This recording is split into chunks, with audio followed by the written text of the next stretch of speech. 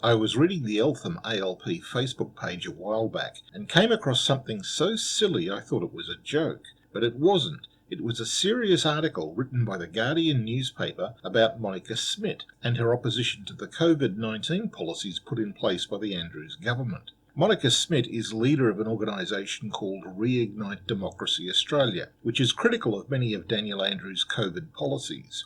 I want to say from the outset that I don't know Monica Smith, nor have I met her, nor have I ever been to any of her protests or rallies.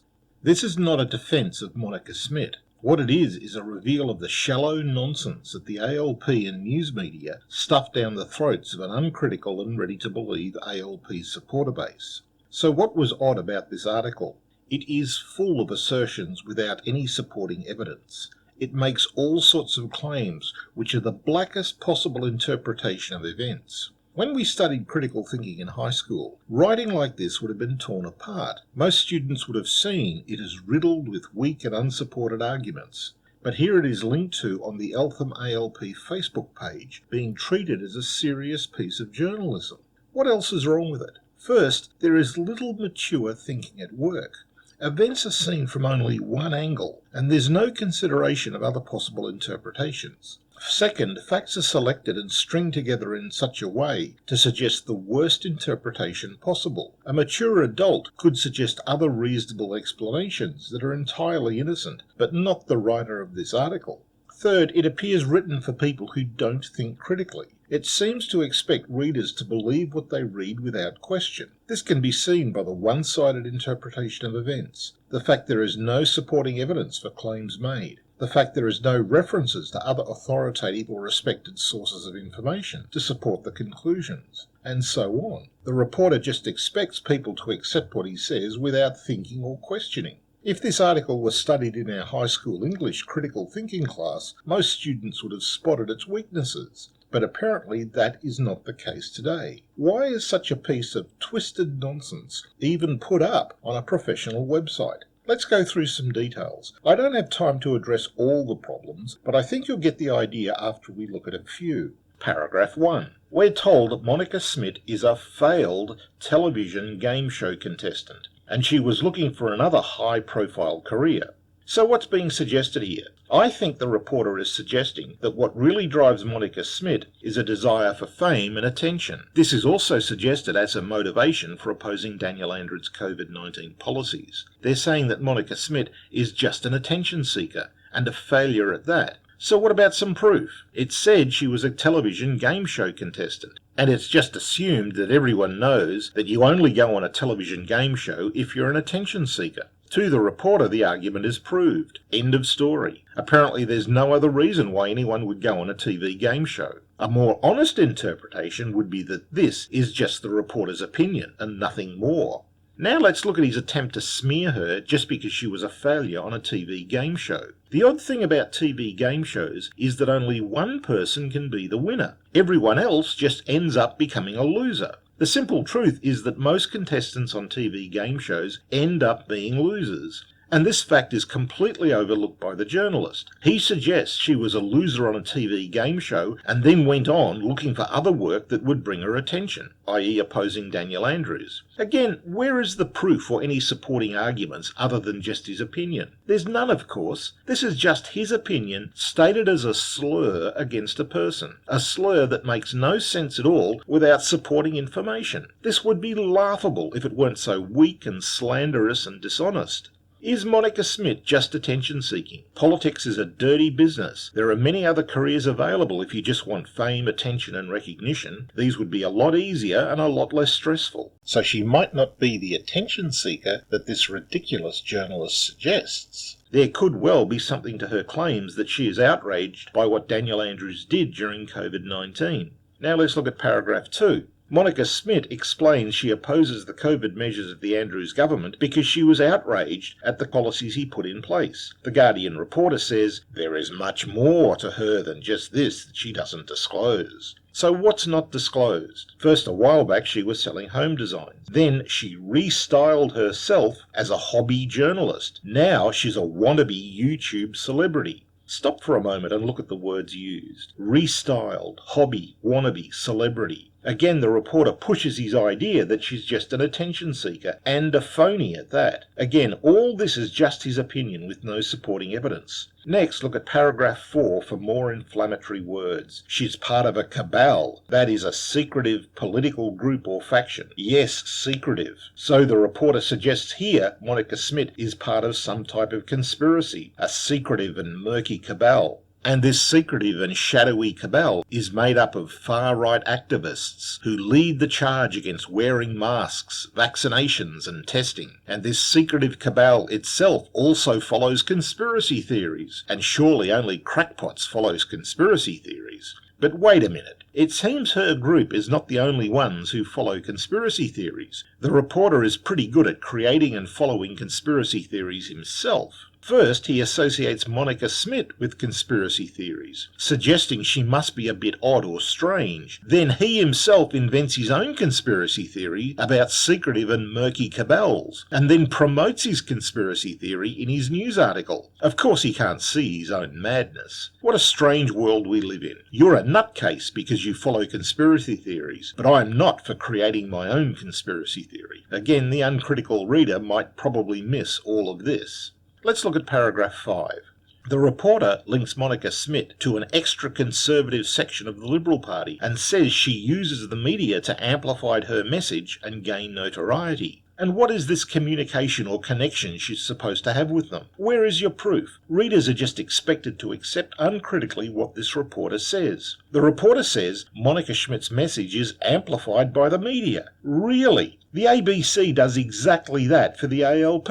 It would appear the ALP has the ABC at their disposal to amplify, explain and discuss their policies and actions with the public. Possibly the Guardian reporter is blind to this, or he thinks the ALP has every right to use a publicly funded organisation to promote their own message. But no, Monica Smith is the crook because she uses the media. The ALP have a publicly funded media outlet at their disposal to amplify their message, but they're not crooks. Really? Are we expected to believe that? I could go on, but I hope you get the picture. There's no critical thinking going on in this article. Things are stated to blacken Monica Smith's name, and they are as silly and as shallow as they get. Things about failure, attention-seeking, cabals, conspiracy theories. It appears the reporter cannot see the silliness in his own writing, and apparently expects his readers not to see it either. So let's step back a bit and ask what's going on here. The reporter is going to extremes to alarm readers and to create fear, dislike and loathing among his readers for Monica Smith. He gives the blackest interpretation possible, hoping to trigger his readers. If you look at the readers' responses, you can see how it affects them. And the reporter understands his readers perfectly. He knows they are simple and unfamiliar with critical thinking. That is how he writes for them. In fact, he relies on it. He relies on his readers just accepting what they're told. So he resorts to the most basic, primitive form of argument, attacking the person and not what they have to say. This is called ad hominem arguments, and this article is full of it. What this article is all about is classifying and pigeonholing people according to their politics. And once pigeonholed, that's all that needs to be done, and all you need to know. Anyone linked to the Liberal Party or any Christian group means they are bad, and you should not listen to them. That's it. That's the extent of his analysis. As primitive and as basic as it gets. There's no consideration of the merits of anything they have to say. Clearly Monica Smith has links to the Liberal Party, so he implies you should just ignore everything she has to say. Please don't be surprised at this. Such simple thinking goes on all the time. It is exactly what goes on in the ALP branch meetings. Just as simple and basic. The rank and file are quick to talk about people, their history, personalities and so on. In the end, the only people the ALP rank and file will listen to is the ALP. Everyone else must be ignored. Religious cults do this exact same thing. Cults encourage their followers to only listen to the cult leaders. Everyone else is damned and ignored for one reason or another. The ALP is like a cult in this regard. The ALP now speaks with godlike authority. Only they can be trusted and believed. Of course, the Guardian reporter knows his readers well and what makes them tick. He knows how to press their buttons, and it's clear how this reporter sees the ALP rank and file. To him they are simple and uncritical people who can only understand the most basic form of argument. They have difficulty comprehending complex issues and cannot think for themselves. So let's try and add a little bit of balance here. 1. It's not all about the money and data harvesting, as the reporter suggests. Just because someone sells bumper stickers and t-shirts on their website does not mean it's all about the money. They're often just trying to raise money so that they can support their cause. Lots of people on the internet do this. Many of the channels on YouTube sell merchandise just like this to support what they do. It is because these people believe in what they do that they raise the money to support their work. It's not all about the money, as the reporter claims. Again, this is just his opinion, offered again without any supporting evidence. And it's not all about data harvesting either, as the reporter claims. Monica Smith's website collects postcodes of viewers. They're honest enough to tell you that they're doing this, and postcodes by themselves are pretty harmless to collect. They hardly contain personal information. The ALP does far worse. Some years back, the Greens tried to steal a database managed by the ALP. This database contains names, addresses and voting preferences of people the ALP supporters door-knocked. The Greens wanted this and tried to steal it. This database has far more personal information than just postcodes. And does the ALP tell people at door knocks that they're recording what is discussed at the front door? Does the ALP provide the option for people to delete their information if they request it? I've not heard that the ALP asks permission to record information they glean, nor have I heard of a procedure for deleting the information if requested. I may be wrong, but this is what I know to date. The point is, the ALP does far more invasive things than what Monica Smith is doing. But this is not mentioned. Only Monica Smith is mentioned for what she does. The ALP is not. Odd how some things are selected to be included while other things are left out. Makes for a pretty one-sided picture, don't you think? 3. We're told Monica Smith linked her website to a paper that disputed the efficacy of wearing masks, and that 3 medical journals rejected that paper. First of all, debate in science is normal. Things are not always black and white. This is science. Issues are debated, challenged, and so on. Second, medical journals have requirements that must be followed for a paper to be published. This is simply not mentioned by the journalists. If a medical journal rejects a paper, it's nothing serious. Why did the journals reject the paper? Was it because of content, procedure, structure, format? What? We're not told. We're just told it was rejected and it's left there. Journals can reject papers for other reasons. Sometimes they want a common subject to be discussed. Also, the political orientation of the senior staff may expect a certain perspective. Someone I know worked in medical research, and often papers are submitted to several journals. Oftentimes, papers are rejected not because they're scientifically wrong, but for other reasons. The reporter assumes his readers know nothing of this, and his argument is very simple. If you're rejected, you're wrong. The reporter relies on the reader's simple understanding and knows they will conclude what he hopes they conclude. Those familiar with critical thinking can see that these readers are being led along by the nose.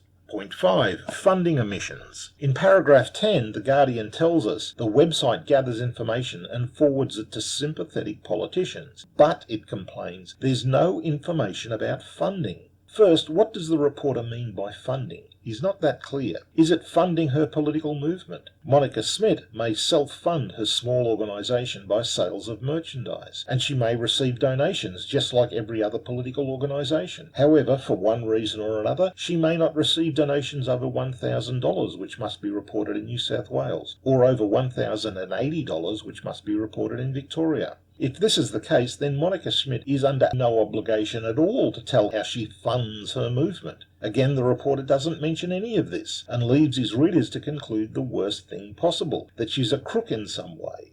Alternatively, the reporter may mean by funding that there is no mention of selling the data she obtains through a website. Did this reporter consider that she may be giving this data away free of charge? That's right, free of charge. Many in politics are preoccupied with money, but many people in the community are far more generous and do things for nothing. For example, one person I know works as a volunteer in a local college. She's been doing it for years. She asks for nothing, works hard without being supervised, and contributes her time and travel freely. Elderly people also like to volunteer. One retired nurse I know wanted to volunteer her time free of charge to assist in the COVID-19 vaccinations. This may seem bizarre to politicians, but this happens. This is what people do. Did the reporter consider any of this? Evidently not.